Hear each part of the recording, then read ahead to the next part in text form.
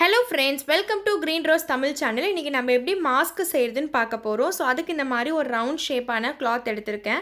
So இதோடைய centre வந்து பார்த்திங்கன்னா 20 சென்டிமீட்டர் அளவுக்கு கரெக்டாக இருக்குங்க. இந்த மாதிரி ரவுண்ட் ஷேப் வரக்கு ஒரு துணியில் பிளேட் வச்சு அந்த பிளேட்டை வந்து மெஷராக வச்சு இந்த மாதிரி ரவுண்ட் ஷேப்பாக கட் பண்ணிக்கோங்க. ஸோ இதை வந்து இப்போ ஒரு ஃபோல்டாக பண்ணியாச்சு. இதை இன்னொரு வாட்டி இந்த மாதிரி ஃபோல்ட் பண்ணிக்கலாம். ஃபோல்ட் பண்ணி இதோடைய 2 கார்னர்ஸையுமே நம்ம சிசர் வச்சு கட் பண்ணிக்கலாம். ஸோ உங்களுக்கு அக்யூரேட்டாக ரவுண்ட் ஷேப் வந்து கிளாத்தில் கட் பண்ண தெரியும்னா அப்படியே பண்ணிக்கலாம். இல்லை அப்படிங்கிறவங்க எந்த துணியில் நீங்கள் மாஸ்க் செய்வீங்களோ ஸோ அதில் வந்து நம்ம பிளேட் வச்சு கட் பண்ணிக்க வேண்டியதான். ஸோ இப்போ பாருங்கள், இந்த மாதிரி கார்னர்ஸ் ரெண்டையுமே வந்து நான் வந்து கட் பண்ணிக்க போகிறேன். ஸோ இதை கட் பண்ணிவிட்டு நம்மளுக்கு கிடைக்க போகிற 4 பீஸ் வச்சு தான் நம்ம மாஸ்க்கு செய்ய போகிறோம்.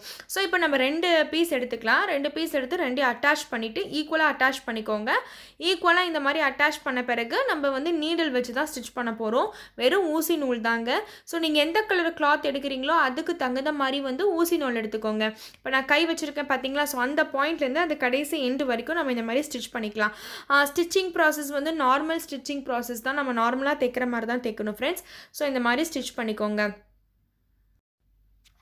ரொம்ப குயிக்காக வீட்லேயே சிம்பிளாக நம்ம மாஸ்க் வந்து ப்ரிப்பேர் பண்ணிக்கலாம். ஸோ இந்த மாதிரி எல்லாம் ஸ்டிச் பண்ணிட்டேன் நான். இப்போ ஸ்டிச் பண்ண பிறக்கே பார்த்தீங்களா, இந்த மாதிரி ஃபோல்ட் பண்ணி பார்க்கும்போது உங்களுக்கு இப்போ இருக்கணும். ஸோ இன்னும் 2 பீஸ் நம்ம கட் பண்ணி வச்சுருந்தோம்ல, அதையும் இதே மாதிரியே நம்ம ஸ்டிச் பண்ணி எடுத்துக்கலாம். ஸ்டிச் பண்ணி எடுத்தாச்சு. இப்போது இதை 2ஐயும் வச்சு என்ன பண்ணுதுன்னு பார்க்கலாம்.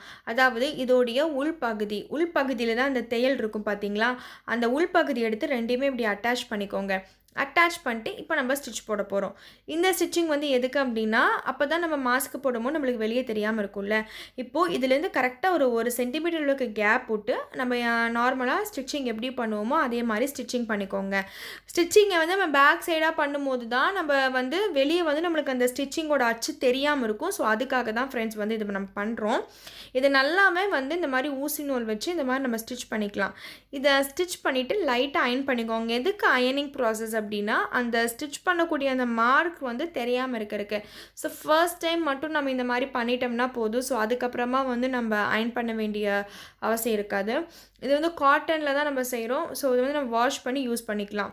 இப்போ வந்து பார்த்திங்கன்னா நம்ம 1 இன்ச்சு கேப்போட சொன்னல, அந்த கேப் வழியாக நம்ம வந்து இது திருப்பிக்கலாம் ஃப்ரெண்ட்ஸ். திருப்பி நான் எடுத்துட்டேன். இப்போ என்ன பண்ண போகிறீங்கன்னா, அந்த 1 இன்ச்சு கேப்பை ஃபோல்ட் பண்ணி இந்த மாதிரி நம்ம ஸ்டிச் பண்ணிக்கலாம். இந்த 2 சைட் ஆஃப் த கார்னரும் நம்ம இந்த மாதிரி ஸ்டிச் பண்ணிக்கலாம்.